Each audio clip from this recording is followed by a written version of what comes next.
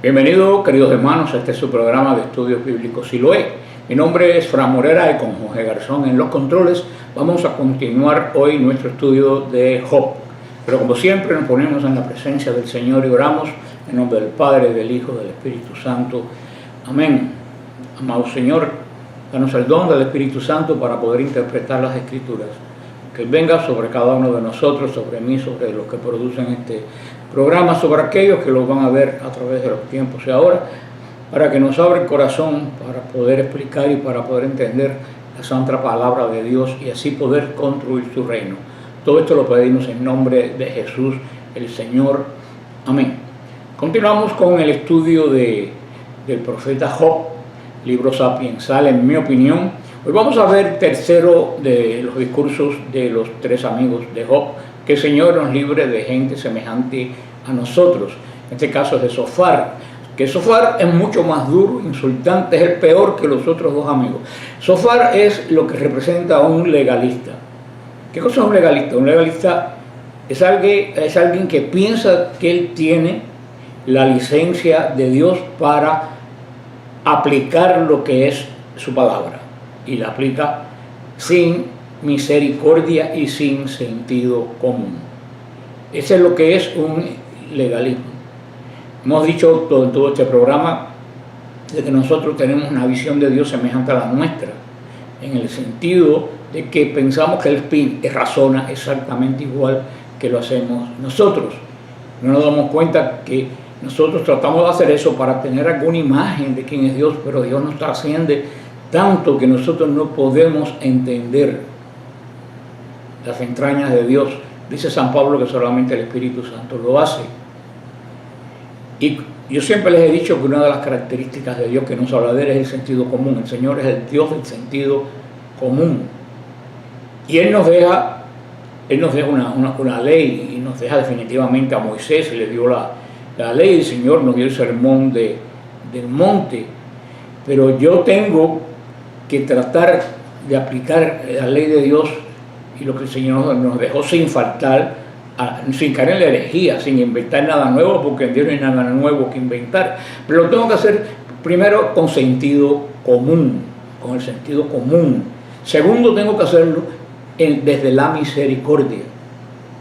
El legalista no, el legalista es crudo, el legalista está lleno de leyes que algunas son de Dios y otras se las inventó él mismo, o saca deducciones él mismo. Y lo difícil es que muchas veces es difícil separar la santidad del legalismo, porque una persona santa quiere hacer la voluntad de Dios, y eso el Señor nos lo dejó bien claro. Yo diría que uno se da cuenta quién es un legalista, porque el legalista no tiene misericordia. Es una persona dura, irrespetuoso de los demás, quiere imponer su ley. Así que también una persona que nos parece que es demasiado, que es santa, que es buena, puede ser una persona extremadamente legalista. Dios nos libre de los legalistas, de los de derecha y de los de izquierda. Dios nos libre de los legalistas, de los que son fieles a la tradición y de los que son liberales. Dios nos libre de todos los legalistas. Pues hoy para el Señor no nos libra de Zofar. Y en el capítulo 11, pues Zofar le rebate a Job, que había hablado demasiado defendiéndose. Para Zofar, el mucho hablar en lugar de ayudar es un factor condenatorio. En cierta forma, en algunas cosas tiene razón, en otras no. En otras, ahí es donde viene el sentido común. Pero para Zofar, cuando alguien habla mucho es que no tiene razón. Por eso lo dicen en el capítulo 11, versículo 2, y el hombre que habla mucho será justificado. Le pregunta como diciendo, ajá. Para Zofar, Job habla mucho porque es culpable. Por ejemplo, dice en Job 11:4, mi doctrina es, tú hablas demasiado, tú dices, mi doctrina es pura y yo soy limpio delante de tus ojos. Sofar prorrumpe en un panegírico de la sabiduría divina. Eso lo vemos en el capítulo 11, versículo al 12. Afirma que la mente infinita de Dios no puede ser descubierta con la mente finita de Job, cuando no se da cuenta que también él en su mente finita está haciendo juicios infinita. Él dice que la sabiduría de Dios es más alta que los cielos, más profunda que el abismo, más ancha que el mar. Nadie puede encubrir de Dios su pecado. Pero el necio, dice, se hará entendido cuando un pollino de asno montes nazco hombres. Aquí esta forma de hablar está diciendo que el necio se hará, por mucho que hable no se va a hacer antes a entender. Que primero un burrito recién nacido aprende a montar en un adulto que un necio entender. Le dice, Dios te ha castigado menos de lo que tu iniquidad merece. Oigan ustedes eso. Y lo exhorta a arrepentirse. Le dice, si tú dispusieres tu corazón y extendieres a Dios tu mano, o sea, si Job se arrepintiera, iba a ser restaurado, iba a encontrar descanso, iba a encontrar felicidad. Pero si se queda exactamente igual como está, según el pecador, no va a tener esperanza ninguna. En el capítulo 12, Job contesta este primer discurso de Sofar. La primera parte de su discurso, el capítulo 12, Job se dirige a sus amigos y la segunda sección a Dios. Job está muy herido por las acusaciones de Sofar y les reclama que él también tiene inteligencia igual que ellos, que ellos se creen superiores y que todo lo que ellos le han dicho, dice Job en 12:3, él lo sabe. Le reprocha que sus amigos entienden muy poco de su situación y de todas maneras él entiende que a sus amigos no les importa mucho la situación por la cual él está pasando. Él le dice que ellos no alcanzan a comprender su problema, por eso le dicen que pregunte hasta las bestias, en este caso los pollinos, y ellas le enseñarán.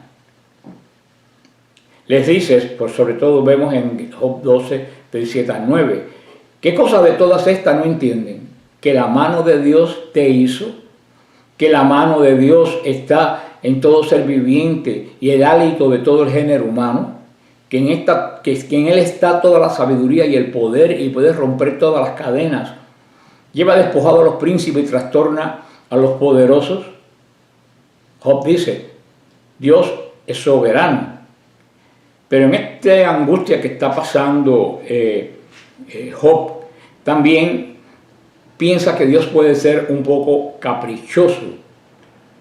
Porque a veces también inclusive dice que le quita el entendimiento a los jefes poderosos de la tierra. Aunque Job reconoce que Dios es todo paciencia, él quiere presentar su causa a Dios mismo. Él, como dijimos la semana pasada, él no quiere intermediarios, intercesores. En este caso, recuérdense, estamos hablando del Antiguo Testamento, inclusive antes que Moisés diera la ley. ¿Quiénes son aquí para Job los intercesores? Sus tres amigos. Estos tres amigos que se han convertido en acusador de él. Acusa a sus amigos de cubrir la verdad con mentiras, de ser médicos nulos, que son una nulidad como médicos, de pretender ser abogados que defienden nada más y nada menos la causa de Dios, pero que al mismo tiempo están haciendo engaño, porque lo que han dicho no corresponde a su situación. Y les los advierte, cuando Dios los juzgue, van a recibir un severo castigo. Nuestro pobre Job, ¿qué es lo que hace? En este capítulo, en el 13, Job le ruega que le permitan hablar, no importando lo que él vaya a decir, aunque él pierda su vida delante de Dios. He aquí que él quiere hablar, quiere defender ante Dios directamente su camino, no quiere que estos amigos vengan a ser los jueces de Dios. Y yo creo que cuando Job tiene esta seguridad es que él está seguro que él ha sido agradable a Dios y que en algún lugar hay algo que él no entiende. En este capítulo 13 Job se acerca directamente a Dios, es lo que es una relación personal, y Job le ruega a Dios que lo escuche con imparcialidad, que él va a presentar su defensa, que Dios tenga paciencia y sin hacer un juicio previo, él lo oiga. También quiere que Dios se comunique con él y le quiere preguntar por qué él lo trata como un enemigo. Todas estas son las dudas que tiene Job. Por repetir, un hombre que no tenía la gracia, un hombre que no tiene el don del Espíritu Santo, un Dios que ni siquiera tiene la ley de Moisés, un hombre que no tiene ninguno de los escritos que poseemos nosotros de la Biblia. Estamos en un hombre de una fe natural, con algo de revelación de la verdad de Dios, con muchas tradiciones heredadas de sus antepasados sobre Dios, pero que aún no tiene tiene la revelación dada a los patriarcas, pero todavía no tiene la revelación dada a Moisés. Ahora en el capítulo 14, Job lamenta lo corta que es la vida del hombre. Dice, corto de días y hastiado de sinsabores. Bueno, de nosotros pudiéramos decir exactamente lo mismo que el pobre Job. Pero él sigue con un argumento hermoso, de lo increíble de las cosas insondables de la vida. Él dice que la vida nos da muchas sorpresas, como tú y yo sabemos, que la vida es insondable, porque las cosas de la vida son las cosas de Dios, y Dios es insondable por sí mismo, hermano. Ni tú ni yo sabemos qué puede pasar, no dentro de una hora. Ni tú ni yo tenemos control de lo que puede pasar en el próximo segundo. No lo tenemos. No tenemos control ni siquiera que se nos caiga un pelo. Se cae. Lo bueno que tiene la vida, aunque muchos de ustedes pensarán como Job, pues tiene muchas cosas malas, que nosotros no sabemos qué giro puede dar mañana, qué giro puede dar dentro de un rato, para bien o para mal. No lo sabemos. Si tú estás en un mal, nunca, la noche es más oscura antes que amanezca y se hace todo totalmente oscuro. Yo estaba meditando el otro día en algo tan simple, que yo abrí el grifo del agua. Aquí en este país tenemos agua caliente y agua fría. Y me ha pasado cuando me he ido a bañar también, que el agua nunca es más fría antes que se torne caliente cuando sale por el grifo. Cuando yo tengo la mano a ver que se ponga caliente el agua, yo veo que el agua se pone extremadamente fría, es que inmediatamente llega el agua caliente. Y así es la vida. Por eso uno tiene que depositar su vida en el camino insondable de Dios y hacer todo lo que pueda por acercarnos a Dios. Pero no especules demasiado. Claro que uno tiene que ser prudente y preparar el futuro, ¿no? Pero como dice el Señor que es sabio, las flores del campo, un lirio más bello que cualquier traje, el traje más caro de novia que pueda haber. Y el Señor lo hace y lo provee sin ninguna necesidad.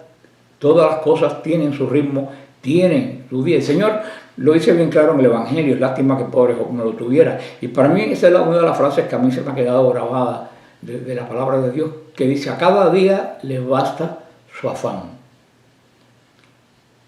Prepara lo que tienen que hacer mañana, pero no te afanes por lo que tiene que hacer mañana, porque tú no sabes si mañana se va a poder hacer o si Dios tendrá otro plan diferente, o si tu vida va a dar otro giro. Por eso el Señor dice que vivamos siempre como si hoy fuera nuestro último día, nuestro último momento. Pero acuérdate de esto, que a cada día le basta su congoja, a cada día le basta su afán. Toma el afán de cada día, no tomes el afán de mañana. Repito, yo no soy leguleyo, yo no soy de ley, yo no soy legalista. Yo sé que todo no es en blanco y negro. Estoy hablando este consejo que da el Señor. Tenemos que preocuparnos por el futuro, pero no angustiarnos de tal manera que no vivamos el presente. Esto es lo que le pasaba al pobre Job, que no lo sabía. Job expresa su anhelo de volver a vivir toda su vida. Se acabó y lo que le quedó fue la mujer, que es mejor que se hubiera ido con los demás, porque lo que hace es maldecirlo. Y estos tres amigos que lo que hacen es atormentarlo. Luego Job piensa que podría volver a disfrutar el favor divino que tenía antes, que sus pecados serían puestos en un saco y que serían sellados y que su falta sería blanqueada. Esto es muy parecido a lo que dice San Pablo, que Cristo clavó sus pecados en la cruz y lo lanzó a lo profundo del mar. Eso también tiene que ser nuestra esperanza.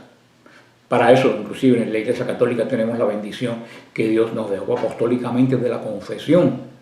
Ahí el Señor nos dice, mira que hago absolutamente todo nuevo, porque nuestros pecados son clavados en la cruz de Cristo, envuelto en su sangre y lanzado a lo profundo del abismo donde pertenecen. Después vemos que comienza un segundo ciclo de debate, en el capítulo 15 al 21. En el primer ciclo de discursos, los tres amigos de Job procuraron convencerle de que Dios siempre recompensa en esta vida y castiga a los malos, justicia retributiva. Me imagino que ya se habrán aprendido la palabra. Pero nuestro hombre no acepta sus argumentos. Dice que es muy simplista lo que ellos dicen y que él conoce inocentes porque él es inocente, que sabe que las cosas muchas veces le van mal. Por eso podemos decir que nuestro Job quiere tener una audiencia nada más y nada menos con el Todopoderoso para defenderse. Él vamos a repetir, estamos hablando de los albores de los tiempos. Si fuera nosotros, hoy le diríamos, tienes que tener una relación personal con Dios a través de Jesucristo, que te entiende y te conoce. Para la mujer de Job es mejor que se muera. Para sus amigos, Job es un hombre culpable de pecado que le ha caído un castigo tremendo arriba. Y ahora viene nuestro Elifaz en el capítulo 15. Viene Elifaz, el que tendría mayor derecho a estar ofendido. Era el gran Elifaz. En su primer discurso, el capítulo 4 y 5, si recuerdan, Elifaz se había compadecido sinceramente de Job. Elifaz, que fue el menos duro de los tres, le había animado a encontrar y en buscar la explicación de su padecimiento. No directamente en su propio mal, sino en la imperfección de la raza humana. Y aquí vemos que Elifaz pues, tenía en su inicio sentido común para esa época. Él le dice a Job, puede ser que no sea una culpa personal y preparada tuya, sino que sea errores que tú has cometido, porque nosotros, la raza humana, somos imperfectos. Pero vemos que Job no aceptó esa explicación tampoco. Ahora Elifaz, que lo trató bien, echa mano de la única arma que le queda, reprender duramente al pobre Job, que ya está apaleado. Por eso le dije, de amigos como Elifaz y como los Bildar, como los demás, líbrenos Dios. Ahora Elifaz censura a Job por presunción. O sea, Job es un presuntuoso. ¿Por qué? Porque él pasa por alto los consejos de sus amigos que son sabios y viejos, y nada más y nada menos que se atreve a poner en juicio la justicia divina. Elifaz en este capítulo describe los argumentos de Job y le dice que son palabras huecas, la carga de la peor índole de la impiedad es Job. Habla como el primero de los hombres que existió y ofendió a Dios porque no le hizo caso. Él dice que Job piensa que tiene el monopolio de toda la sabiduría, cuando es totalmente al revés. Este poema 15 del 20 al 35 es un poema hermoso dentro de la literatura hebrea. Elifaz cuenta las aflicciones, habla del destino del impío, y cuando hace el destino del impío, lo que hace es una caricatura del pobre Job. Emplea una variedad tremenda de figuras retóricas y levanta inclusive su mano contra Dios y se atreve a desafiarlo. Elifaz sabe hasta reprender a Dios. O sea, y le dice una frase lapidante: todos los días el impío es atormentado de dolor. Aquí vemos ya la presunción.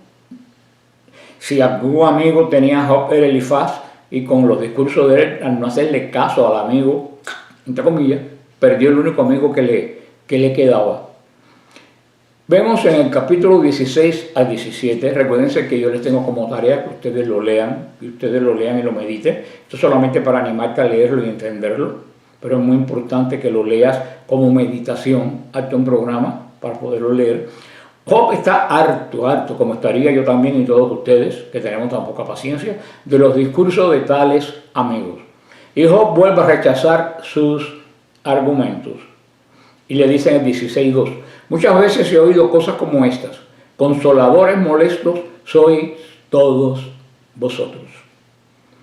Estoy seguro que tú y yo hemos tenido algunos consoladores molestos. Nunca se me olvida, hace muchísimos años yo empezaba a trabajar aquí en este país y tenía un amigo mío que era amigo desde Cuba. Yo tenía un problema en el estómago que era muy molesto, nada me caía bien de la forma que me sentía. Yo había ido al médico y no tenía nada. Este amigo mío me dice: mi mamá tuvo exactamente lo que tú tenías. Y yo dije: ah, bueno, ¿y con qué se curó? Y me dijo: no se curó, se murió. Digo yo: bendito sea Dios, eso es lo único a mí, consuelo que a mí a la larga era un problema del estrés que yo tenía recién llegado de Cuba, sin familia, un trabajo nuevo, pues todo eso es lo que me había afectado el estómago. Pero ven cómo tenemos amigos de este tipo, consoladores. Luego Job describe lo que él se imagina ser un ataque furioso de Dios contra su persona. Y aquí lo acusa de algo que en cierta forma tiene algo de verdad y tiene algo de mentira. Lo acusa de haberlo entregado a Satanás. Dios le dio permiso a Satanás, pero el pobre Job, recuerden que esto es un libro sapiensal. No está dando una enseñanza, no es una historia como reyes, no, un libro que nos deja la sabiduría. Recuérdense que detrás de todo esto hay una batalla espiritual que Job no ve. Dios le da permiso a Satanás para zarandear a Job, pero en una batalla espiritual le pide que no lo destruya. En este tipo de sabiduría hebrea, Dios quería probarle a Satanás de que sí hay hombres que no dependen de la bondad de Dios para ser fieles a Dios. Y Job percibe que hay algo espiritual detrás de lo que le está pasando. Al no tener la gracia, todavía hoy muchos de nosotros tenemos la gracia y no entendemos cuando hay una batalla espiritual. Job no entiende qué tipo de batalla, pero sí, siendo un hombre santo, él se da cuenta que hay algo en eso que no es natural. Es que un hermano me daba una serie de datos que tenía muy cansado, que tenía un rash, que tenía, y que si yo pensaba que necesitaba oración de liberación. Yo le dije: no, hermano, no creo que necesites oración de liberación. Primero hay que ver si tú tienes un estado físico. Yo también me siento agotado, me han hecho todo tipo de análisis. El otro día le dije, jugando al médico mío, que lo único que faltaba por hacerme era la autopsia. Y no encuentran de dónde viene el cansancio, pues me dijeron que podía ser del COVID, que me dio 3 veces, que me dejó esa secuela. Dice que no se sabe las secuelas del COVID a la larga, porque nunca había habido antes este caso, en 10, 15, 20 años, con qué secuencia puede tener. Puede ser también la vacuna que yo me puse la primera. O sea que es algo que tengo cantidad de amistades que se sienten cansados también. Por eso no podemos asumir que tú necesitas liberación. Tienes que ir al médico, tienes que ver si lo que tú tienes también no es depresión. Y si nada de eso tú tienes, entonces cuando podríamos nosotros apelar a la oración de liberación. Pero no podemos inmediatamente hacer de esto una batalla espiritual. Las batallas espirituales existen, pero siempre tenemos que tener seguridad que no es algo material lo que nos está, o físico lo que nos está pasando. Porque muchas veces ese tipo de oración, cuando tú no la necesitas, pues es, aparte que es vana, pues puede traer también algunas dificultades espirituales. En esto, Job,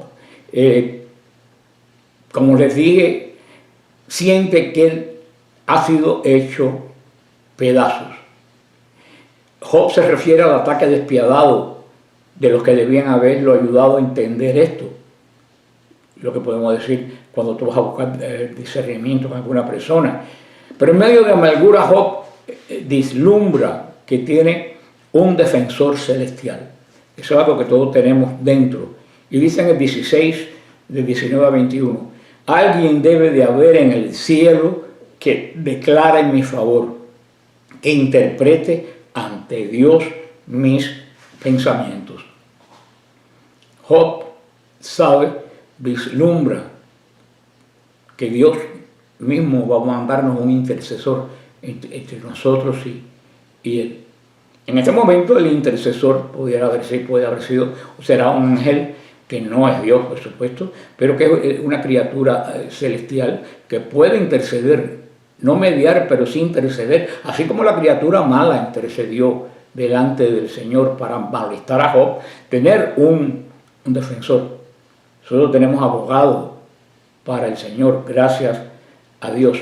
Después que pasa este vislumbre de esperanza, Job vuelve a desesperarse. Cree que está por morir. Dice, mi aliento se agota, se acortan mis días y me está preparado el sepulcro. Job 17:1. Job ve y compara la situación con el peor de todos los casos. Esa es una situación totalmente que ha tocado fondo. Y apela que su Señor, al Dios ese que redentor que vislumbra, le va a conceder una garantía, una seguridad de que lo va a vindicar. Por eso en el 17, 3 y 4 dice, ¿quién sino tú puedes hacerlo? Ahí vemos la confianza que salva a Job. Yo sé que algo raro está pasando. Ya yo he hecho todo lo que he podido. Ahora tú eres el único que puedes hacerlo. Y hay momentos en la vida, hermano, que nos sucede exactamente igual a nosotros. Una vez la madre Blanca Ruiz, que Dios bendiga, me dijo que cuando uno, hay veces que ha hecho todo, porque tú tienes que hacer tu parte. Dios no cría vagos, tú tienes que hacer tu parte. Cuando tú te das cuenta que en un problema tú has hecho tu parte, estás seguro que has hecho todo, que ya no hay más que tú puedas hacer. Me decía ella, tú tienes que ir delante del sagrario, coger tu problema, meterlo en el sagrario, cerrar la puerta, hablando espiritualmente, y dejarle el problema al Señor ahí. Y no volver a tocar el problema. Dejarlo ahí, olvídate del problema. Lo que dice Job, ¿quién sino tú puedes hacerlo? ¿Por qué? Porque muchas veces cuando nosotros seguimos actuando y ya no podemos hacer más, estamos metiéndonos en el campo donde Dios actúa. Si tú estás actuando, Dios no va a actuar. Por eso tenemos que tener, tú dices, ¿cómo yo sé cuando tengo que terminar? Una pregunta muy difícil. Para eso tenemos que pedirle al Señor el discernimiento, el don de discernimiento que da el Espíritu Santo, para saber en qué momento, eso a mí me pasó una vez un problema difícil, problemas pues, espiritual, problemas de la iglesia, estoy diciendo, en otro tipo de problemas. La iglesia a mí me ha dado más problemas, yo creo que inclusive hasta el comunismo en Cuba, pero bueno, esa es otra historia. Que yo supe que yo no podía hacer más y que yo, como Job, tenía la razón, y yo fui al sagrario y dije, mire Señor, ya yo siento que si yo sigo haciendo cosas lo voy a enredar, yo te dejo el problema, hazte ahí y tú que eres justo y verás cómo se resuelve. Y la gente me decía, no, yo no quiero hablar más de ese tema yo lo cerré, yo no quiero hablar más, ni me preocupe hermano, el Señor puso las cosas en su lugar y cada cual recibió lo que tenía que recibir, una justificación, otros descréditos. Ahora, para tú poder hacer eso, dejar el problema en el sagrario, decirle como Job 17, 3, 4, ¿quién sino tú puedes hacerlo? Hay que tener mucha fe. Muchas veces los problemas no se resuelven porque yo creo que los tengo que resolver yo y sigo metiéndome ya en el campo que es de Dios y lo que hago es entorpecer el problema. Ojalá que esto les ayude algo en la vida de ustedes como me ha ayudado a mí. Les recuerdo que tenemos nuestra peregrinación a Israel de noviembre 7 al 17 con el padre Olivera Rabasi, con Santiago Alarcón y con un servidor. Tenemos nuestro web y le digo con sinceridad, vayan a la página web porque me llegan centenares de preguntas y todos preguntan lo que está escrito. Yo escribí todo en la página web para que ustedes tengan toda la información. Entonces, si ustedes van en Peregrinaciones Siloé, Peregrinaciones Siloé con 2 S, peregrinacionessiloé.com, van a donde está la foto mía del padre Rabasi y de Santiago, haces un clic ahí, si empiezas a bajar, ahí está todo el itinerario, ahí está absolutamente todo. Si vas a la sección que dice costos, ahí te dice el costo, te dice lo que incluye, te dice lo que no incluye, te dice claramente, que es la pregunta que más recibo, que no incluye pasaje. El pasaje tienen que sacarlo ustedes, lo dice claramente. Sigues abajo y te da la opción de dónde tienes que pagar.